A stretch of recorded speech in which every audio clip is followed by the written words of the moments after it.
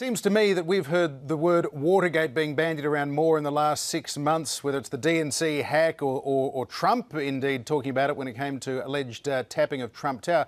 We've heard Watergate more than we have in 40 years or more. How valid do you think these comparisons are?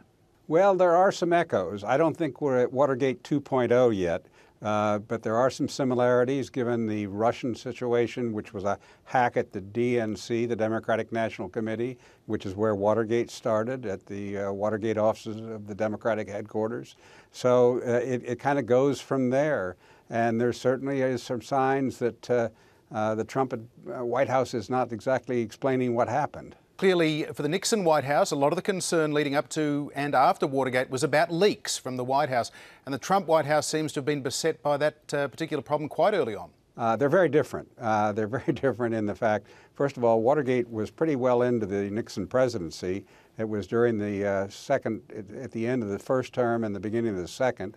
Nixon was much more sophisticated and knowledgeable about Washington than is Mr. Trump, who is a true novice.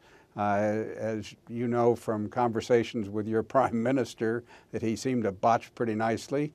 The White House is not well staffed yet.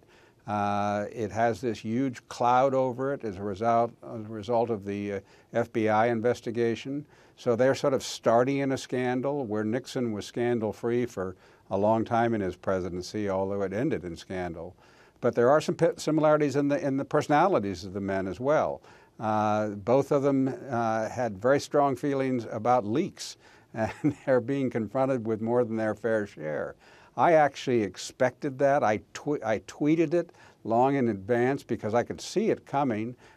He had gone to battle, Trump had gone to battle with the intelligence agencies and most of the bureaucracy in Washington, and they don't like that. You know, these are pretty hard-working, dedicated, loyal, patriotic Americans, and he was belittling them even before he got there, and that's just setting yourself up for the kind of troubles he's been confronted with.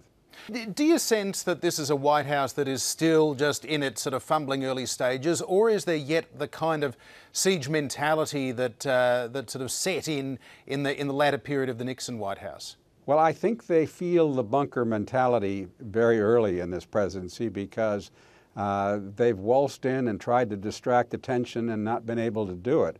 So what's happening at the end of the Nixon presidency, they're getting baptized by fire in the in the Trump White House because they're right in the mix of it, and they've made their fair share of enemies. Richard Nixon had a fairly deep reservoir of ill will to draw on in Watergate. Trump has created a pretty good well for himself that he's drawing on. And you know, he's making more enemies than he is friends. Is it a mistake, do you think, John Dean, for, you know, Democrats were talking about impeaching Trump before he took the oath of office. I mean, you know, they're kind of getting a bit ahead of themselves, aren't they? Well, that is a little early. We're not there yet. You know, I don't know if we'll ever be there. What I think that's maybe some wishful thinking. They also, you know, think they were stunned initially at Trump's victory. It really was not predicted in any of the polling. They were distressed by it, unprepared for it. So it was sort of a striking out and seeing how they could hurt him.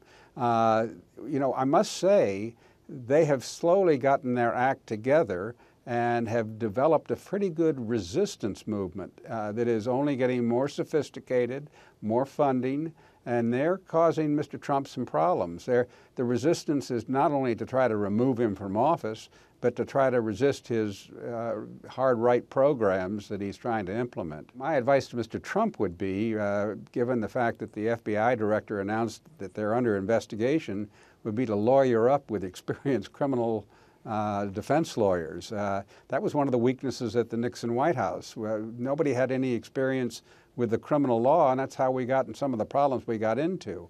They not make the same mistakes at the Trump White House. They ought to get some good criminal law experts in there because there's some pretty fuzzy areas, and a lot of people got in trouble who didn't need to get in trouble. So, John Dean, you of course famously referred to Watergate as a cancer on the presidency. Is that what we're seeing here? Is this a cancer on the presidency, or, you know, has our kind of level of resistance to these things increased these days? There's so much smoke out there, we may never see if there's fire or not. I don't think this is a parallel situation at all. It's a very different kind of scandal. In fact, it's potentially much more serious than Watergate. As I say, Watergate was the cover-up of a bungled burglary that was not organized or directed out of the White House. We had to figure out what had happened along with everybody else very quick. We had better ability to do it because they knew there was some sort of intelligence gathering at the re-election committee that had sponsored this thing, but no one knew the details of it.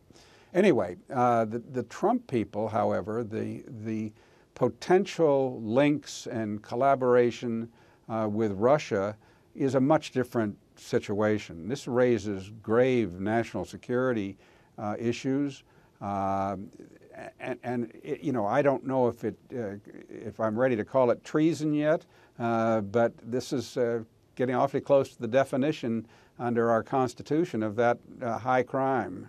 So obviously, if there is a link there and Trump was any way directly involved in it, he's a goner. He will be impeached lickety-split. If it's his lower aides, he's going to be deeply humiliated, and there'll be a cloud over his presidency forever, not knowing how much he did or did not know. If there was no involvement, I think because it's gone so far, they're going to have trouble disposing of it. It's just not going to go away because he has too many policies that seem to be placating the Russians. So he's got some real problems, and this is, as I say, much more grave than a bungled effort to get into an opponent's campaign headquarters. John Dean, we appreciate your perspectives. Thank you very much for joining us. Thank you.